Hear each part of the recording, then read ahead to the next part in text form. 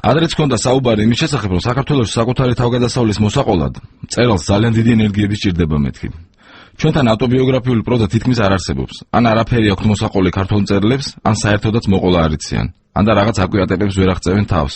აქაო და რა დროის პირადი გამოცდილება და მემუარებია, როცა ამ ხელა რაღაცა მაქვს დასაწერიო.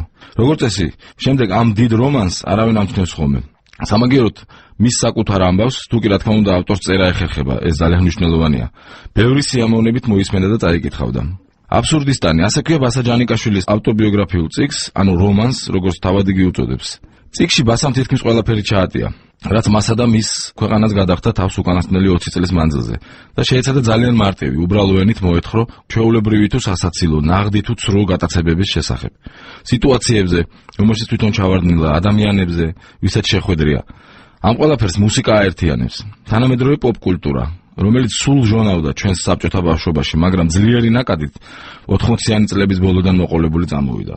ბასას წიგნიც სწორედ ამ პერიოდს მოიცავს და იგი ერთ-ერთი პირველია, ვინც მთლიანად პოპულარულ და სუბკულტურას მიუძღვნა რომანი.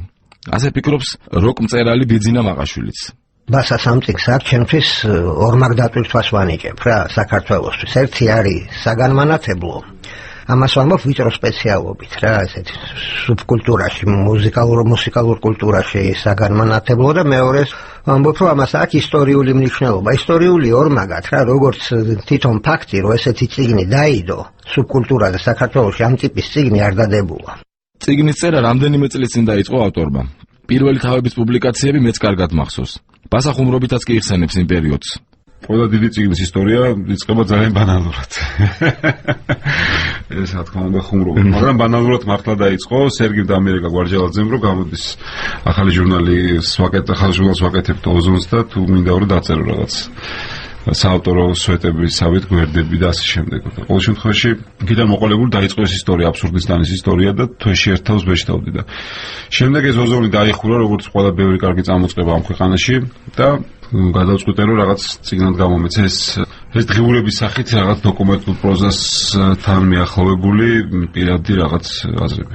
თუმცა ეს მხოლოდ დოკუმენტურ პროზას მიახლოვებული პირადი აზრები არაა. ესაა კონკრეტული ფაქტები, დეტალები, ნივთები, ახირებები, რომლებიც ბოლოდროინდელ საქართველოშია მიმოქცევაში, რომელიც მუდამ ყალიბდება და ხან რად იქცევა, ხან რად. ფაქტებს გიყვება, ისეთ ფაქტებს, რომელიც უნდა დარჩეს რა, უნდა იცოდეს ვიღაცამ. ეს იქნება თქვა ჩვენი რადიოს განვითარება, იქიდან რაღაცებს რო იგონებს საერთოდ ეს დამოკიდებულება ახალგაზრდობის სუბკულტურისადმი, ახლა იმიტომ რომ ახალგაზრდებთან რომ აქ ახლა საქმე რა, მაგალითად ტინეიჯერებთან, უფროსებთანაც კი, იმათაც არაფერი ეგეთი რამე არ იციან, რომ აი იმათთვის ყველაფერი უკვე ეს არსებობს, გაიგე და როგორ შეიქმნა, რაზე იყო ახლა FM რადიო რო არ იყო, ვერ წარმოუდგენიათ რა. ვიკიპედიის თაობას ვეძახიმე ამათ რა. თაობა ერთ-ერთი უმნიშვნელოვანესი ცნებაა ბასას წიგნისთვის. მისი პირადი თავგადასავალი მისი თაობისაცაა. მეც ამ თაობისა ვარ და მეც მახსოვს ჩეკების მაღაზია, სუნიანი საშტილები, საღეჭი რეზინა სუპერ ბაზუკა, Pink Floyd-ის ვოლიდან მიღებული პირველი შთაბეჭდილება, ქრომის ბასის კასეტები, რომლის მოსმენისასაც საკრავ სპეციალური გადამრთველი უნდა ქონოდა ეგრეთ წოდებული ბჭყალებში ვისოკები რომ წამოეღო. ეს ისეთი თემაა, რაზეც ყველას თავისი მოგონება აქვს. ყოველი ადამიანი თავისებურად იხსენებს მაშინდელ სიტუაციას და სწორედ ამიტომ იყო რომ ჯერ კიდევ ოზონში პუბლიკაციისას ბასას ბევრი მკითხველი ეხმიანებოდა. საინტერესო მომენტს მივაგენით რედაქციაში ოზონში რომ თქვით რომ თქვათ იმ ავტორების წერილებზე მოდი გამოხმაურება მივიღოთ და ეს გავითვალისწინოთ.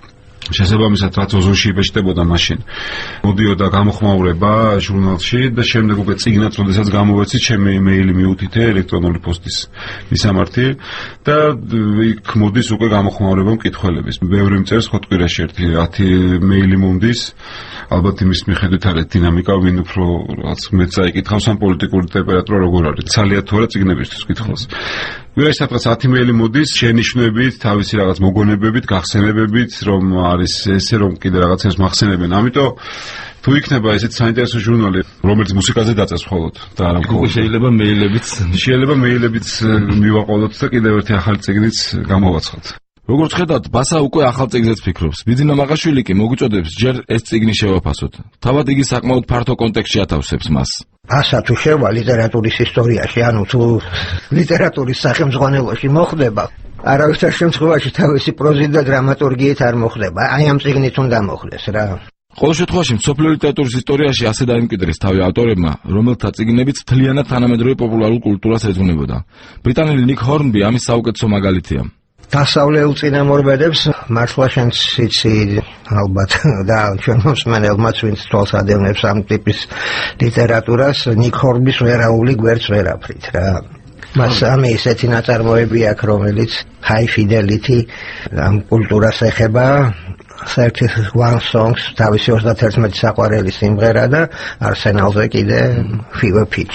არ ვიცი წაკითხული აქვს თუ არა ბასას ჰორნბის ეს სამი რომანი, მაგრამ ერთი რამ ცხადია. აბსურდისტანი ბევრისთვის ძალიან ახლობელ თემას ეხება. ბევრი შესაძლოა სულაც გაღიზიანდეს ავტორის ზედმეტად მარტივი და ბანალური ისტორიებით.